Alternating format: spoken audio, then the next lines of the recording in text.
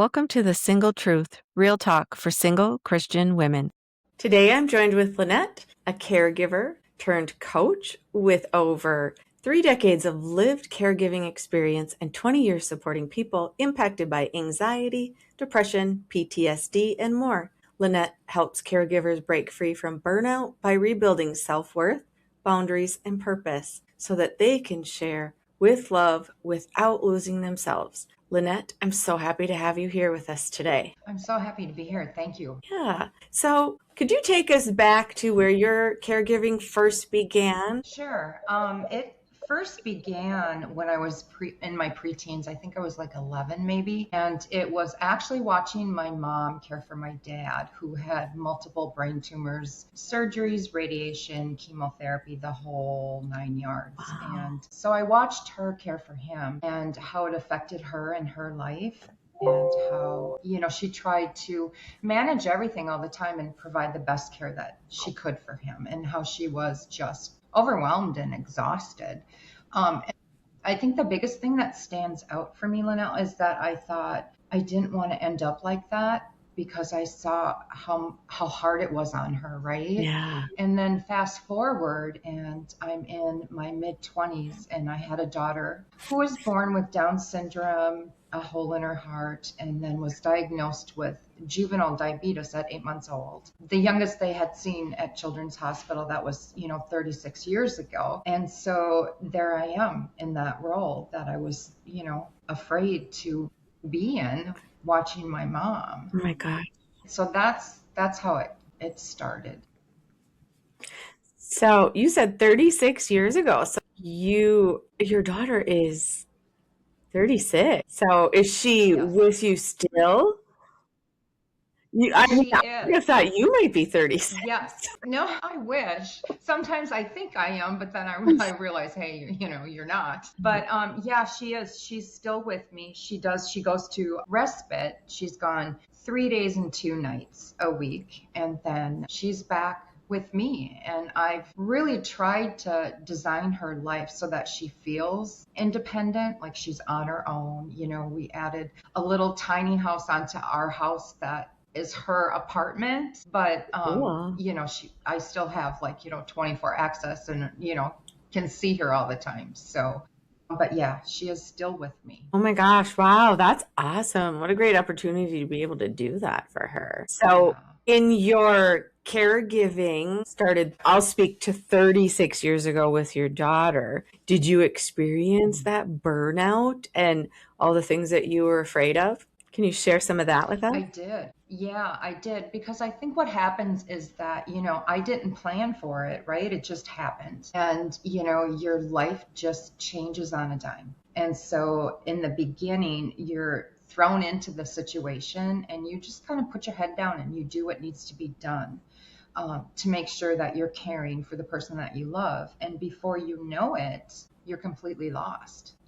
Years later, I remember looking in the mirror years later and not even recognizing who I was anymore, because 24/7 went into her, and I just kind of stopped existing. And that's really common in caregivers when they first are thrown into this position. They just forget that they need to matter in the equation too. Right. So when you were in this situation and you're realizing, like, I'm really burned out, what were things and steps that you took to come up and out from being lost and, disconnected Yeah. from the previous Lynette that you were? Yeah. Well, I recognized it several times, and I think that we have these tapes that play in our head, and I would tell myself, it'll be better tomorrow.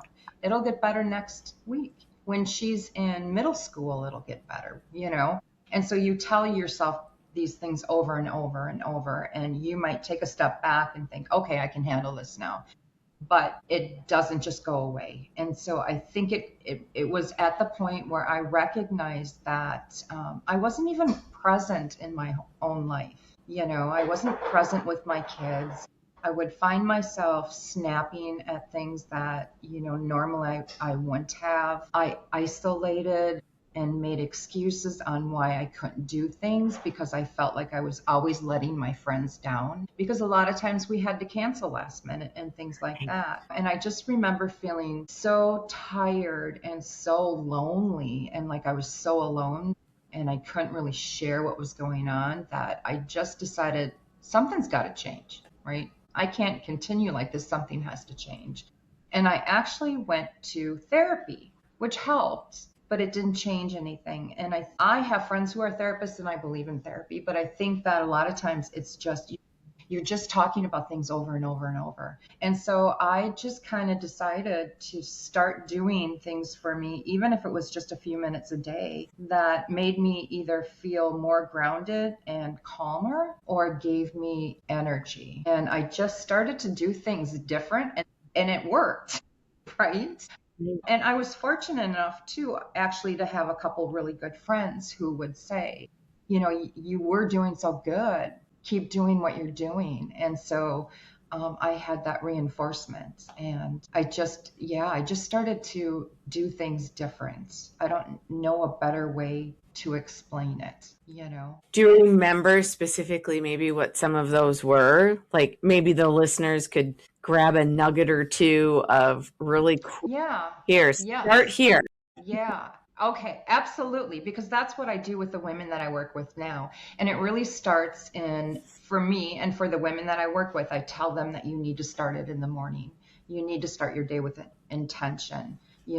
And so what I recommend is, for most of us, we start our day in fight or flight. We're already thinking about everything that we have to do and what might have happened last night. And we have this racing mind all the time. And so one of the things I say is, before you get out of bed, take a few minutes and either meditate or pray or do gratitude work, but just be with yourself and don't let your mind start to race. And so, if you do have issues with that, you can do breath work.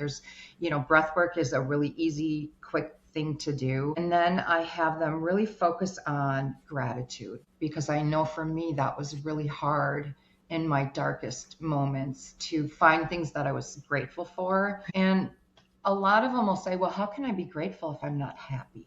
And I think it's the opposite. When you start to recognize the little things that you can be grateful for, it shifts how you feel. And so we focus a lot on that. And then just making a decision. What is one or two things that I absolutely have to do today? And let the rest go. We have a tendency to think we have to get everything done all the time, and when you're overwhelmed and burnt out, that just adds to the overwhelm and the stress and the racing thoughts. They can do simple things throughout the day. They can step outside for 5 minutes just to get out of that environment, breathe the fresh air, feel the sun. Right now it's really cold where I am, but the sun is still out, take a walk, find a corner that is comfortable for you in your house so that it's your private space. And maybe take 10 minutes to read or journal or call a friend. And I think that it just starts with those little tiny things throughout the day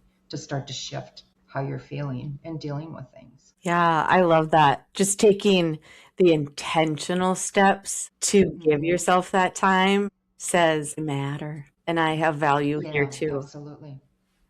Yeah, yeah. Why do you think it's so hard for a caregiver, and maybe even women, to say no and to have boundaries? There's a ton of layers to that one. I think that especially women caregivers have a really hard time with it because we're conditioned. I call it the good girl mentality, and I want to squash that, because growing up for me, it was don't rock the boat, don't say no. If somebody asks you something, you can't turn them down. That's rude. Don't say that. That might hurt somebody's feelings. I mean, all these things that we're taught growing up, as especially women, and that our worth is in what we give to our families or our husband or the home or even jobs. And I think that our worth is tied into that. And so then as caregivers, it amplifies, because now you have all this added responsibility, and you already have this really high expectation that you can't possibly meet, right? And so then you start to beat yourself up. So it's like this vicious cycle. And so a lot of the things that I do is we take a look at, why do you believe that? Where does that come from? And is that really true? And does everybody believe that? It's starting to ask yourself different questions and, kind of do some critical thinking around it. And, what might have served you at one point might not be serving you now. And it's okay to make some changes. Right. Yes. That okay to make a change, that okay to shift a belief Mhm. system. Yeah.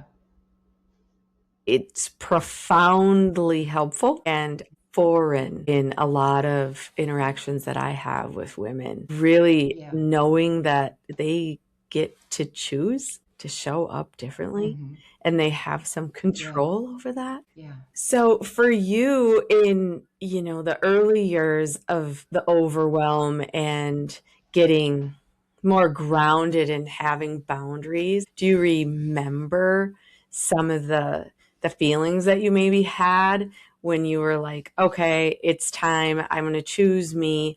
And then maybe where did you start? Like with a first boundary? Was it, you know what, I'm going to get up at whatever time I want to get up, or no, I'm going to intentionally take some time. Maybe your daughter was with a babysitter or something like that. Like, because I just remember being a single mom and raising my son that I had to really set in non-guilt times where it Hmm. was, I had to keep it at the forefront of my mind that this is okay. And I pick little baby steps to practice my boundaries. Yeah. Yeah. I think that for me, it was recognizing, I think first you have to recognize what you're feeling. And I think we have a tendency to kind of push through that and just not even deal with it. And if we would just stop for a minute and think, okay, I'm feeling, anxious or angry or, whatever that feeling is. I think first it's recognizing it and then deciding, okay, what can I do about this? Because I need to do something different. And then making a conscious decision to do something about it, but not ignoring it. And I think a lot of women do ignore it. And you're right, that guilt is incredible, when we think about taking time away or taking time for us. And the biggest thing I say and the hardest thing that I say to the caregivers that I work with is if you don't take care of yourself, you're you're going to hit a wall. There's going to come a time when you can't take care of them. And so if that's the only thing they can tell themselves to let go of that guilt and take care of themselves, then I'm okay with that, because it's true.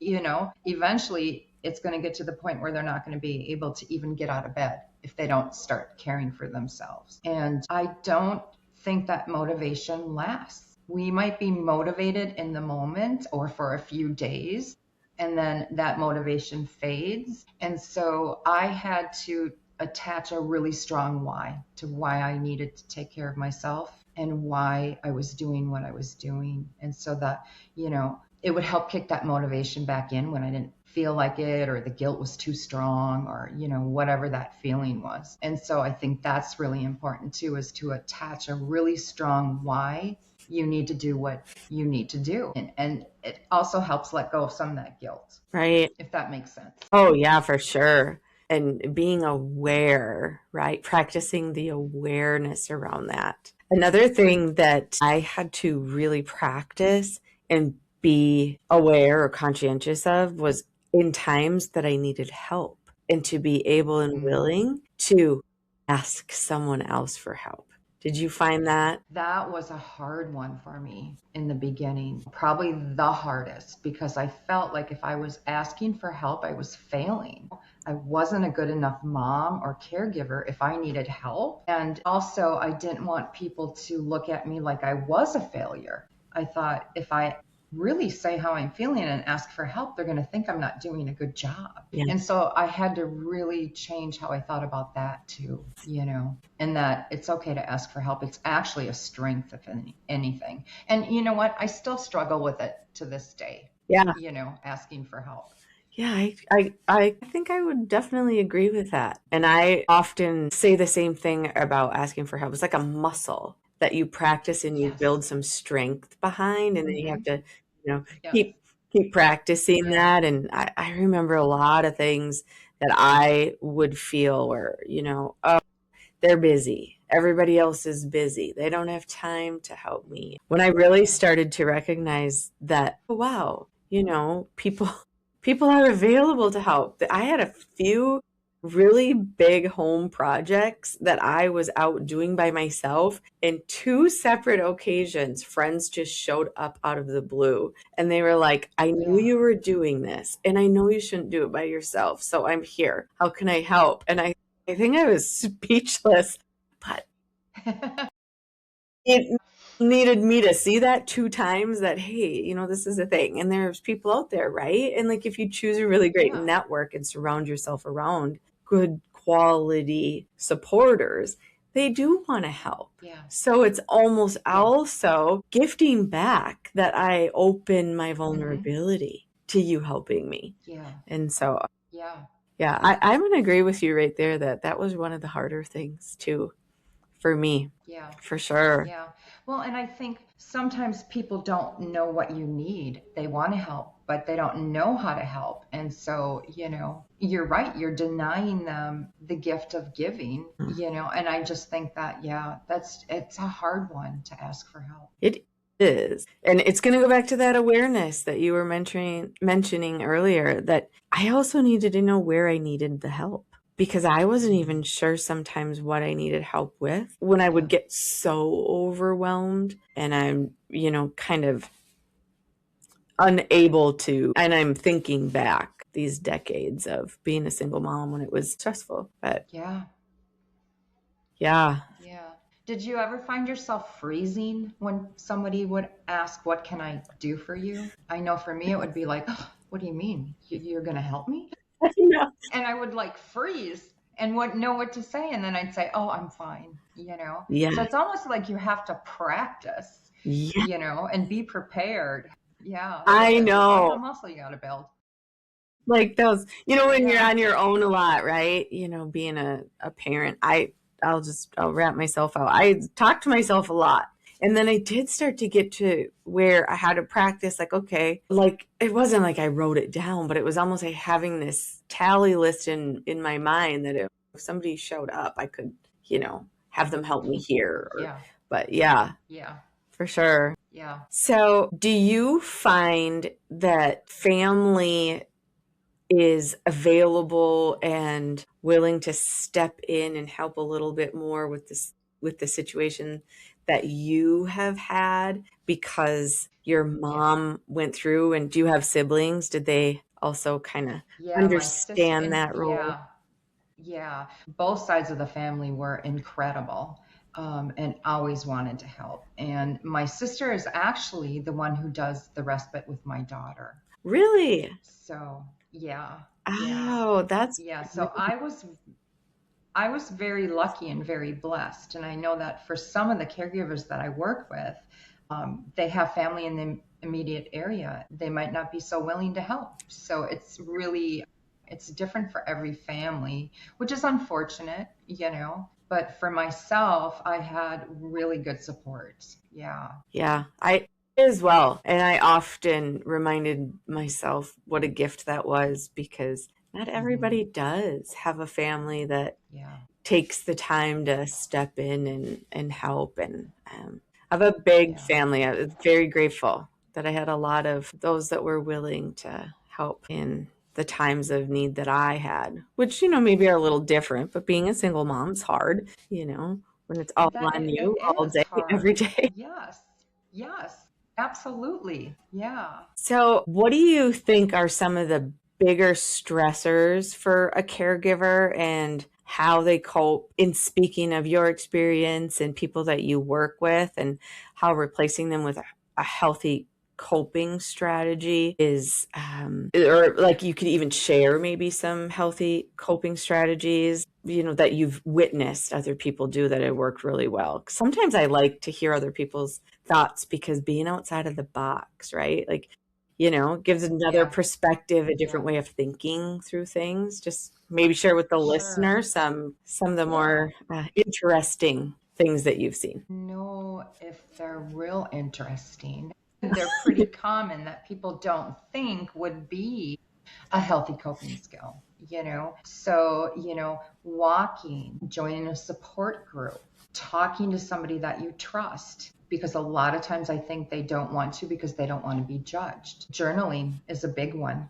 if you can journal. And, I'm not talking about journaling, past stuff and, bringing up all the icky crap, right? I'm Right, talking right. about journaling, more of gratitude and what do you want to see. And the other thing I have them do is think about who were you before this started. I love that one. Let's put pieces of that back in your life. And so journal about that. What did you enjoy that you don't do anymore? Who do you miss? What did you want to do? What, gave you energy or calmed you down? And it might not look the same anymore, but you can get pieces of those back, right? Right. Another common thing is that they're not able to leave the house as much as they were before. But, today there's so many online things that you can do, take a course, like, join a support group. Meditation is a big one.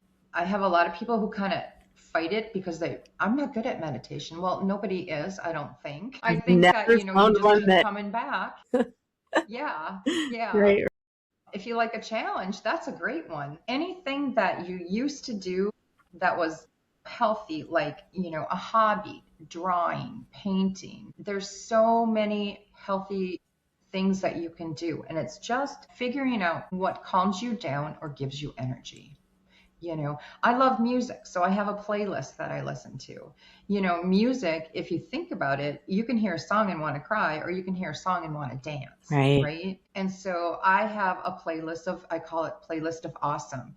All my favorite songs that make me want to dance. And so if I'm in a funky mood or, thinking about things that, I shouldn't be thinking about, like that 101 list, I'll put my earphones in and listen to the music and it shifts how you feel. So there's a lot of really healthy things that you can do. Another one is get in the car and go for a drive for 5 minutes, Yeah. I don't know that I've done that one, but I'm going to keep that in my wheelhouse. My son's Yeah. older now. I could drive away and he'd be fine on his own, right? Yeah. But you Yeah. kind of have to Yep. gauge that one.